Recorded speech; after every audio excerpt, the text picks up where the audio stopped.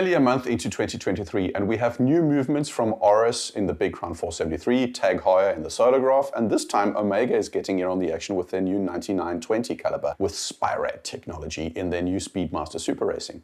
Do we care? Is it worth an upgrade? Is it a cool watch? So many questions. Let's get started.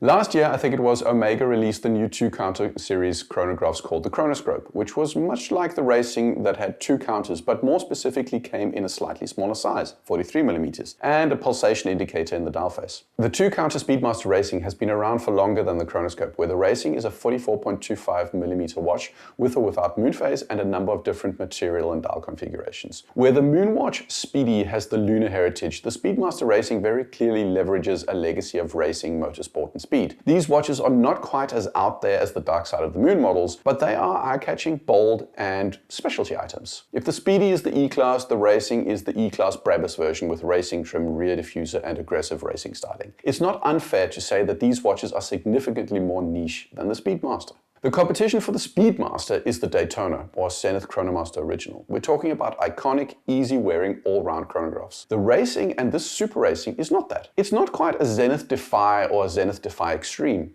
Those watches are chronographs on steroids. It's not anything from Patek like the 5172, which is far too restrained and old money in its look. It's not a Rollo Chrono, which is again in the category fighting it out with the Daytona, Speedy, or Chronomaster Original. But then who is the competition? Well, the competition is chronographs for people that don't want a regular chronograph. The Speedmaster Racing is for the individual that would consider a IWC Pilot Chrono, or a Hanhart, or maybe a Breitling Navitimer Chrono, or a Tag Heuer Monza, or a Monaco. Like I said, it's the esoteric choice. It's not quite mainstream, but not quite the space age watch. It's for the guy that thinks a BMW, Audi, or Merc are boring, but a Porsche Racing GT3 or a Pagani is too out there. Which brings me to the design. Either you like it or you don't.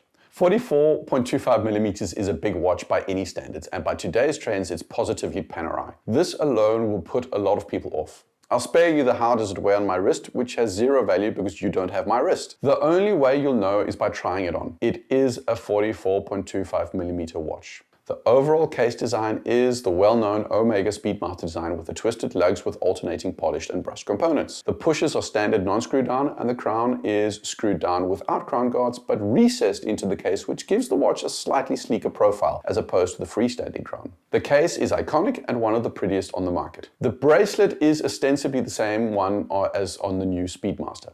It's a very attractive 3-link bracelet reminiscent of a Jubilee or a President bracelet from a distance at least. The key figure to note is a very strong taper, which takes some getting used to for some, but overall it's one of the best bracelets from Omega. A weak point that they have had for a long time. I'm looking at you, Seamaster 300 bracelet and the 300 mesh bracelet. Important thing for those of you that swap straps, it's 21mm lug to lug, which is just plain annoying. The standout feature of the design are a couple of things though. 1. The optional strap. Omega really knows how to make great straps that complement the watch, and they have done it here as well. It's sporty, it's racing without being flames down the side of your Fiat Punto. The second is the dial, which comes down to 4 details that I really enjoy. The black and yellow, which reminds me of the John Player Special Lotus driven by the likes of Mario Andretti and Ayrton Senna. I should probably have checked if this was on purpose. I haven't, but you know, it's what it reminds me of. The italicized date numerals, which convey both speed, again, and a retro vibe. The yellow and black stripes on the left subdial hand, which aren't quite checkered flag, but look really cool without being overpowering. Finally,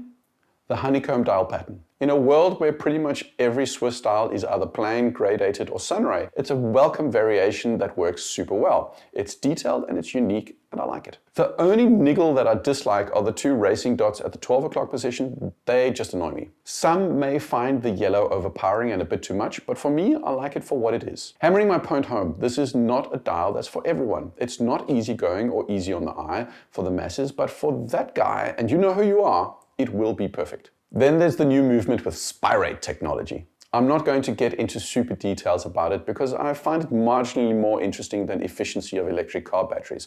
I like that it's more efficient, but I don't really care that much about the technology behind it. The questions I rather find myself asking are threefold. Does accuracy matter?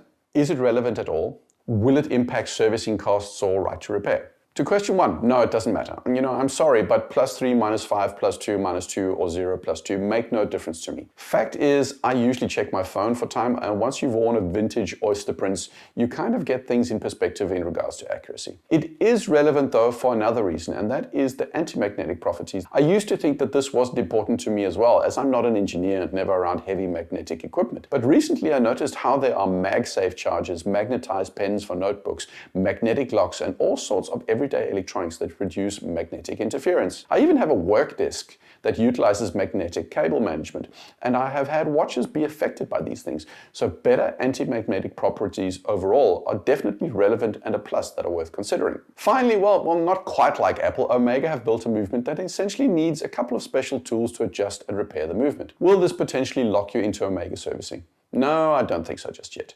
You can go online right now and buy your own Apple screwdriver that works with Apple's proprietary screws and give it a while, and you'll be able to get the tool from some enterprising third-party individual for the Omega as well. It's interesting, however, as a development that is worth paying attention to and considering. I have no doubt that Omega, Rolex, and all the others would love to make more sweet money on servicings, and this may have some impact, but I'm not calling unfair practices on Omega for this move. So, we have a really cool movement that has some features that are really cool. Over time, this technology will likely make its way into the models that you would actually like to buy. The Speedmaster Racing is for the special consumer, which is what I am coming to really appreciate about Omega.